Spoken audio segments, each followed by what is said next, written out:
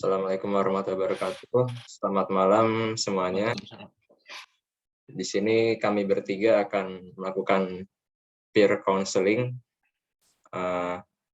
dengan topik yang selanjutnya nanti bakal berjalan ya. Mungkin bisa masing-masing memperkenalkan diri dulu biar bisa saling mengenal dan mengetahui. Dari itu Ya, silakan. nama gue Alif Rainur Muhammad, biasa dipanggil Alif. Asal sekolah gue dari SMA Negeri 8 Jakarta.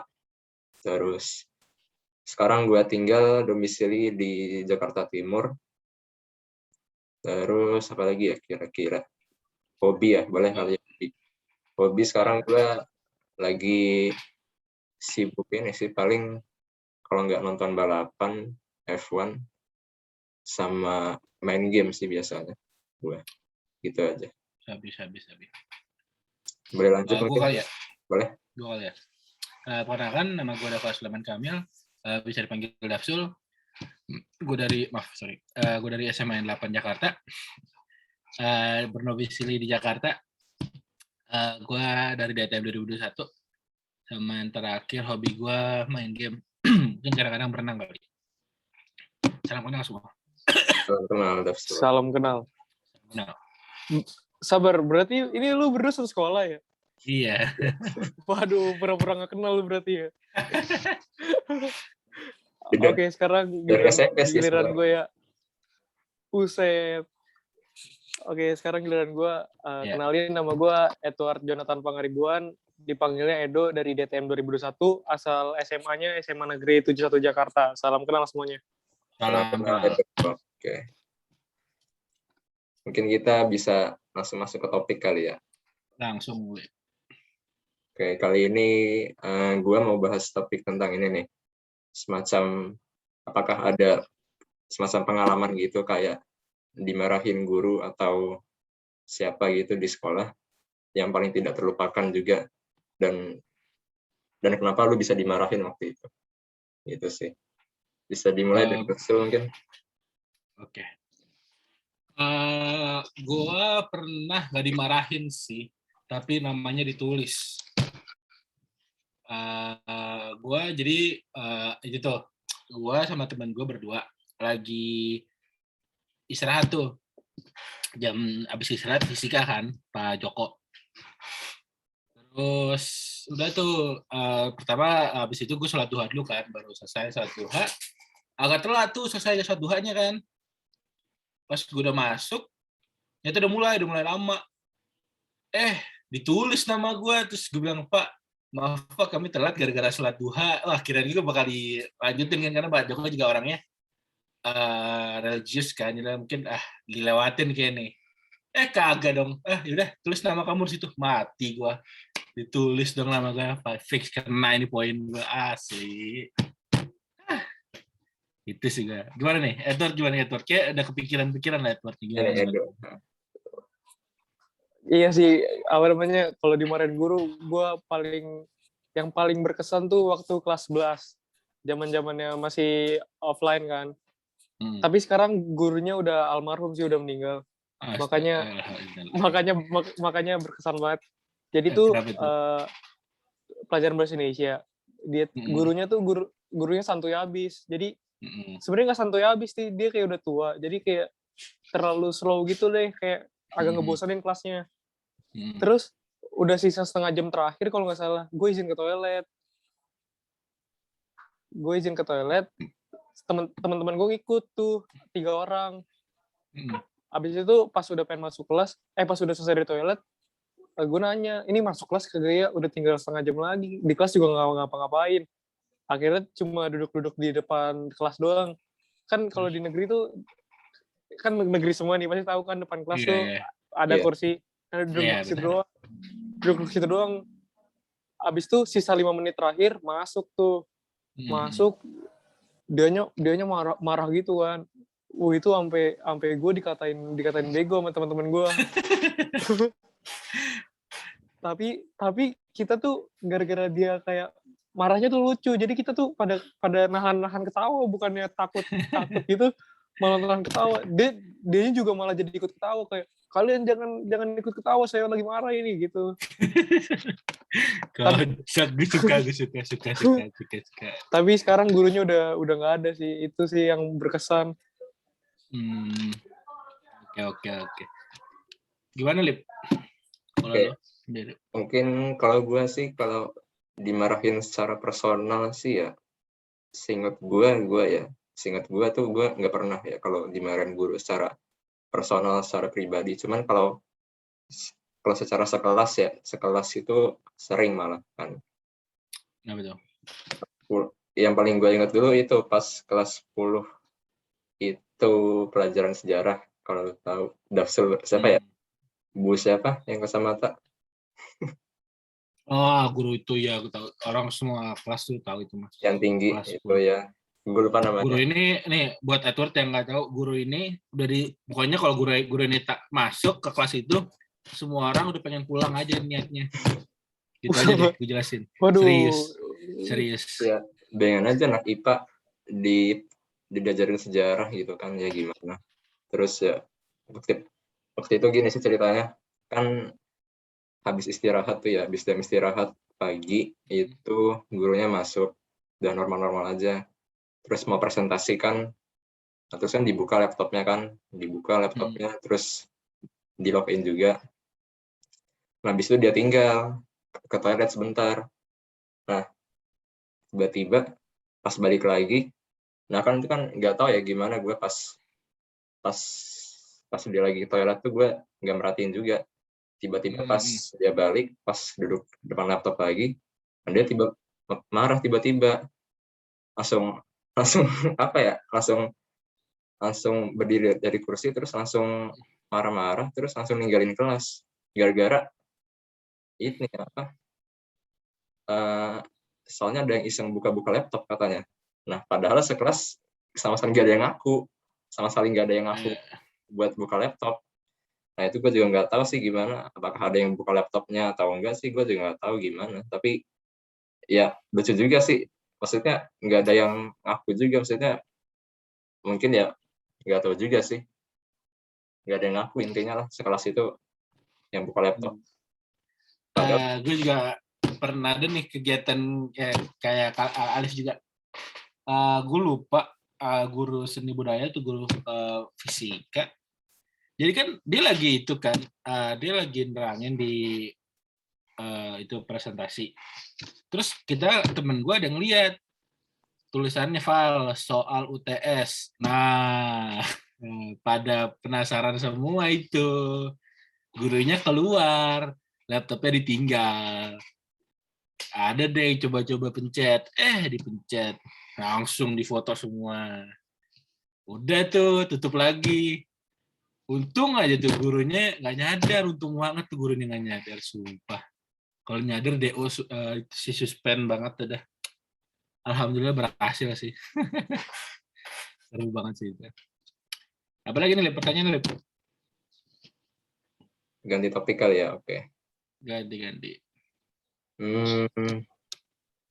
Gini deh, gue mau bahas tentang ini, apa? Pas lu masuk SMA tuh ada nggak sih semacam pandangan atau stigma terhadap UI gitu? Dan apakah pandangan atau stigma tersebut berubah setelah lu masuk UI sekarang atau masih tetap sama seperti dahulu, dan kenapa? Gitu sih. Mungkin dimulai dari Edo dulu kali ya. Iya, silakan. Stigma tentang UI waktu semasa SMA ya. Ya, stigma anak SMA tentang UI ya pasti kayak keren gitu, kayak pakai jaket kuning, habis itu foto depan gedung rektorat, itu kan kayak keren banget. Tapi kalau stigma gue sendiri, gue nggak terlalu menganggap UI itu kayak terlalu keren banget gitu sih. Gue biasa aja, soalnya awalnya emang gue nggak minat sih di UI gitu, jadinya gue masih berasa. Tapi kalau stigma orang yang dari beberapa orang yang gue kenal, kayak UI keren, UI ini itu sih. Abis itu setelah gue masuk, emang orang-orang pantas sih bilang keren, soalnya emang kayaknya dari kalau gue kan pernah kayak ngobrol-ngobrol sama Kating gitu ya. Emang susah menghadapi akademiknya, makanya emang pasti bangga sih kalau masuk UI itu.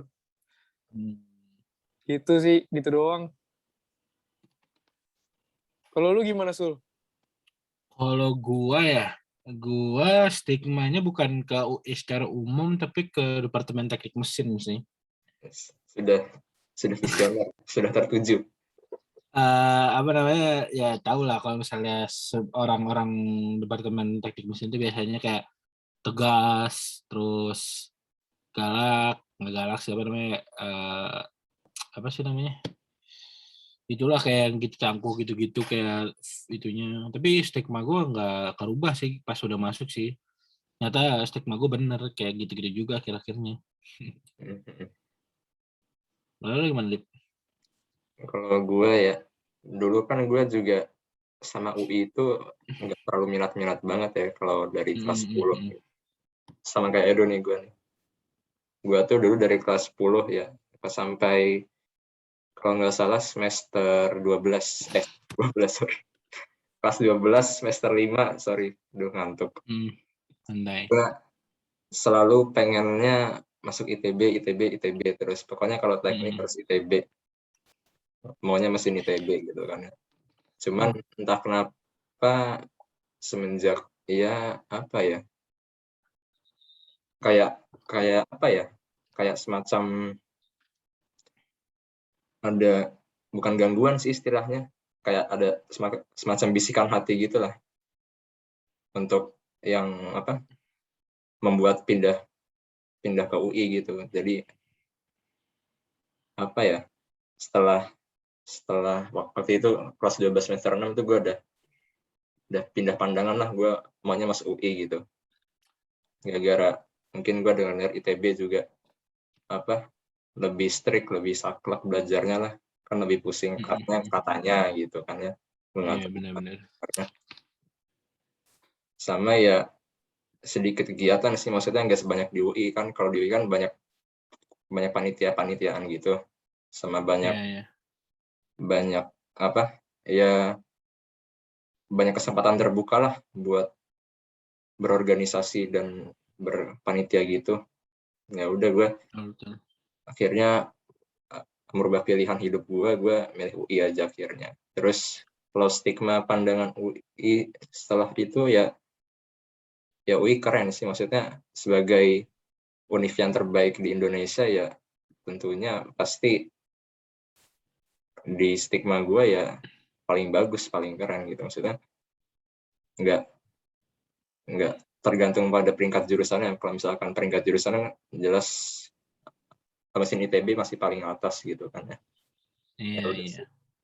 Terus kalau stigma ke DTM sendiri sih mesin, iya sih gue pas waktu SMA pernah nonton YouTube gitu kan tentang pengalaman anak-anak mesin dari UI ITB gitu ya, emang gitu.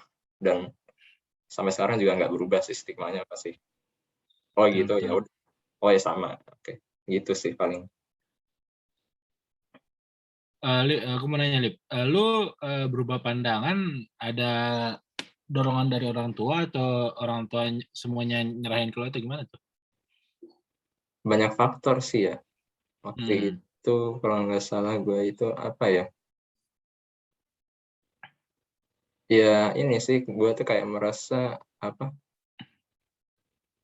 ridhonya orang tua tuh di UI aja gitu. Maksudnya Oke, iya benar-benar. Ya orang tua dari di UI, ya mau gimana lagi gitu.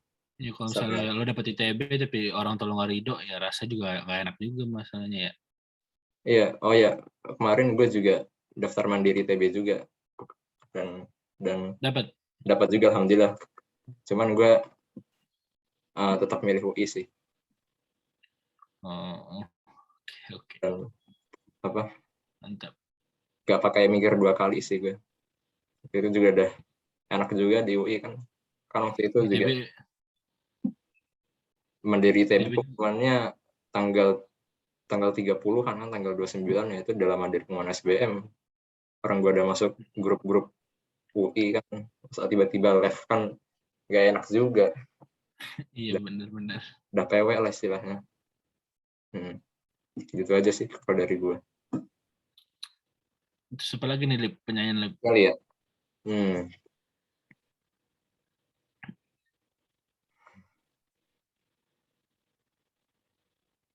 Oh ya, ini gue mau nanya nih. Apa tuh? Untuk kalian semua nih kan masuk UIN ya, pasti kan Iya, betul. ada ekspektasi dari orang-orang sekitar lo, dari keluarga lo. Iya. Nah itu apa? Bagaimana lo cara menyikapinya gitulah istilahnya. Cara menyikapi ekspektasi yang datang dari luar gitulah. Tentang lo sebagai anak UI sekarang gitu kan pasti tinggi kan ekspektasinya. Nah, cara lo menyikapinya tuh gimana? Gue penasaran nih. Oke, gue kali ya. Boleh. Terkait ekspektasi orang dengan kayak mahasiswa UI, mahasiswi UI kayak mahasiswa UI hebat nih, kayak bakal pintar. Walaupun gue sebetulnya belum bisa memenuhi ekspektasi orang-orang gitu, ekspektasi orang tua gue pengen usahain biar bisa dapat memenuhi ekspektasi mereka sih, biar gue juga dapat nggak menjelekkan nama UI gara-gara gue sendiri gitu. Jadi orang tetap tahu itu bagus gara-gara gue juga gitu. Tapi kalau misalnya memenuhi ekspektasi yang berlebihan, gue sih nggak mungkin sampai kayak gitu-gitu banget, karena juga bahaya buat gue nya juga, karena kalau gue harus memenuhi semua ekspektasi orang yang ada terhadap mahasiswa UI gitu loh. Jadi bukan gue sendiri, bukan jadi gue jadi bukan diri gue sendiri gitu sih gue. Iya benar banget. Boleh lanjut Edo kali ya. Kalau gue sama banget sih sama Dafsul, soalnya kalau ada ekspektasi orang ke gue itu pasti bakal gue penuhin sih, soalnya kan kita kan bawa alma mater kita nih, bawa nama UI. Kalau kita ngegagalin ekspektasi orang, pasti kita ngejelekin UI sendiri dong jadinya gitu sih. Tapi kalau ekspektasi yang berlebihan, sama sih kayak Dafsul tadi, ntar nggak jadi diri sendiri kan repot juga ya. Gitu aja gue. Oke, lanjut gue kali ya. Kalau beban ekspektasi sih gue tuh dari dulu sih. Gue dari SD sih. Soalnya karena waktu itu gue juga SD itu ya kebetulan peringkatnya bagus terus gitu kan. Peringkat kayaknya waktu itu juga dulu peringkat 1 terus pas SD. Jadi ya gue udah terbiasa gitulah dengan beban ekspektasi dari keluarga, dari teman-teman juga pas SD. Terus SD kan waktu itu gue juga didaftarinnya ke Smabel, ke SMP 11. Ya ekspektasinya makin lagi kan. Ya udah. Terus kalau under pressure sih ya pasti ada ya memenuhi ekspektasi orang gitu, biar kan ya menjaga nama baik sekolah juga gitu kan ya. Ya tetap berusaha sih, maksudnya ya yang realistis lah gitu, maksudnya jangan penuhin ekspektasi yang nggak realistis juga, maksudnya jangan ketinggian juga. Bener kata tadi Dafsul sama Edu juga tadi. Terus dari Smabel juga masuk ke 8 kan juga pandangan anak-anak lain, anak-anak sama lain, sama keluarga sama orang tua kan juga ekspektasinya makin tinggi juga kan, padahal kan ya nggak sebegitunya lah kalau realitanya gitu anak 8. Ya udah sih. Terus kalau sebagai mahasiswa UI ya ini udah masuk ranah nasional sih ya, ekspektasinya lu di-expect sama rakyat Indonesia, seluruh rakyat Indonesia pasti mahasiswa UI kan ya pintar-pintar lah, inilah pasti kan gitu kan. Tapi ya sama kayak tadi sih, sama kayak Dafsul sama Edo, maksudnya ekspektasi ya biarlah jadi ekspektasi orang-orang aja gitu, jangan dengarkan pendapat orang lain yang misalkan nggak membangun gitu. bener sih. Sorry, berarti lu berdua ini kan dari SMP bareng, berarti kayak naik kelas semua dong. Smabel 8 UI. Gokil. Parah. Gimana ya, kalau misalnya lo udah masuk Smabel nih, kemungkinan jalur lo udah ke arah sih, ya gak sih, Lip? Kebanyakan juga anak Smabel masuk ke 8. Anak 8 juga kebanyakan masuk UI sama ITB sih gitu sih. Udah banyak yang kayak gitu mulu sih dari dulu. Iya, dan itu juga tadi kan memenuhi ekspektasi tadi kan, apa kalau Smabel harus ke 8 harus ke UI. Nah, itu juga termasuk ekspektasi orang-orang kan gitu. Itu sih. Gue deh mau nanya, boleh nggak sekali? Boleh banget. Lo pernah nggak sih kayak kesel banget sama temen tuh? Kayak bener-bener kesel. Padahal tuh teman dia tuh itu teman lo tuh. Tapi lo kesel sama dia. Tuh gara-gara kenapa tuh? Gue kali ya. Waktu itu gue pernah ada temen. Dia tuh emang temen lama gue, teman baik gue. Tapi kayak waktu ada pertengkaran gitu, bukan gue sama teman gue, tapi gue sama yang lain, dia sebagai teman gue tuh dia bukan belain gue, malah belain yang lain. Kayak gimana gitu kan, udah drama banget kan ceritanya kan, kayak aduh, gue kesel banget sama tuh orang, aduh ini kenapa gak bela gue gitu. Tapi kayak ya udahlah, temen tetap temen, gue harus jaga gitu loh. Tapi tetap aja gue kesel banget sama dia. Terus yang ngebela lu siapa waktu itu? Wah, gue tuh bener-bener kosong, gue sendirian anjir, gak ada ngebela. Gila gak? Sedih banget gue. Makanya gue kesel banget sama temen gue. Kacau Kan emang. Lu gimana, Wan?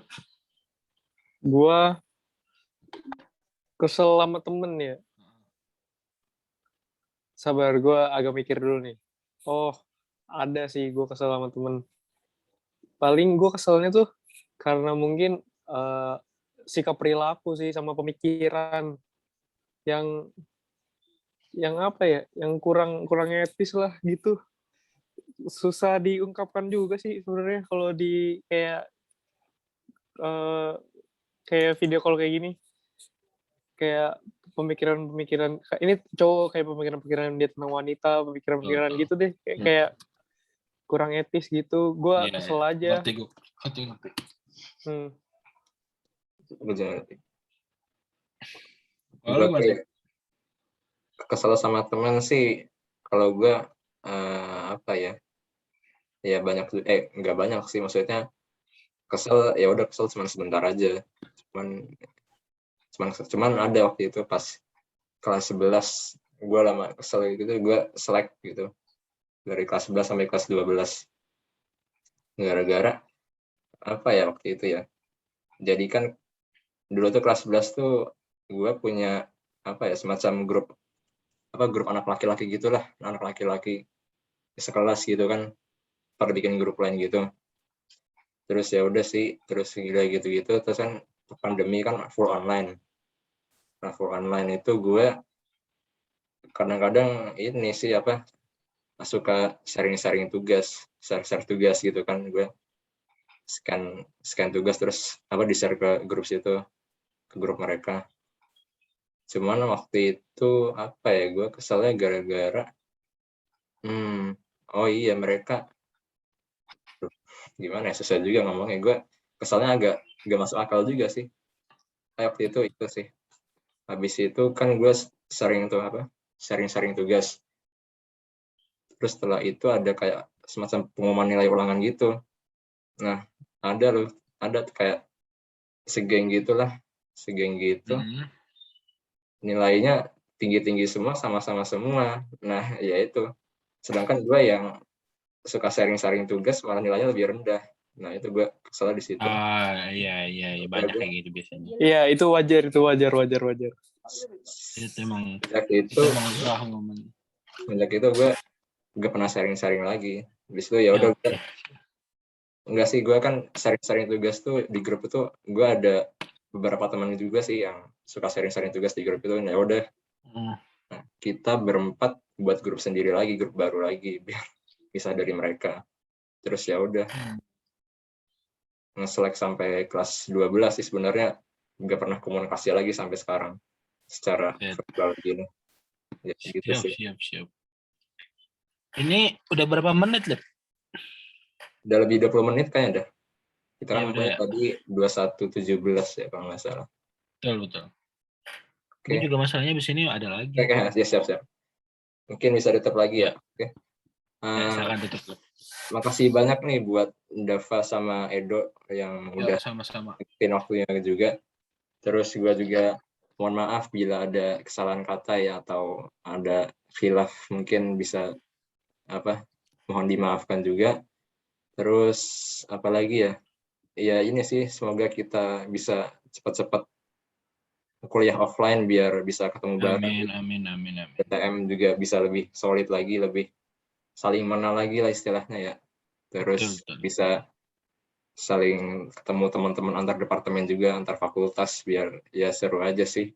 Terus sama belajar juga lebih enak. Ya itu aja sih dari gue. Terima kasih. Selamat malam. Wassalamualaikum warahmatullahi wabarakatuh. Waalaikumsalam warahmatullahi wabarakatuh.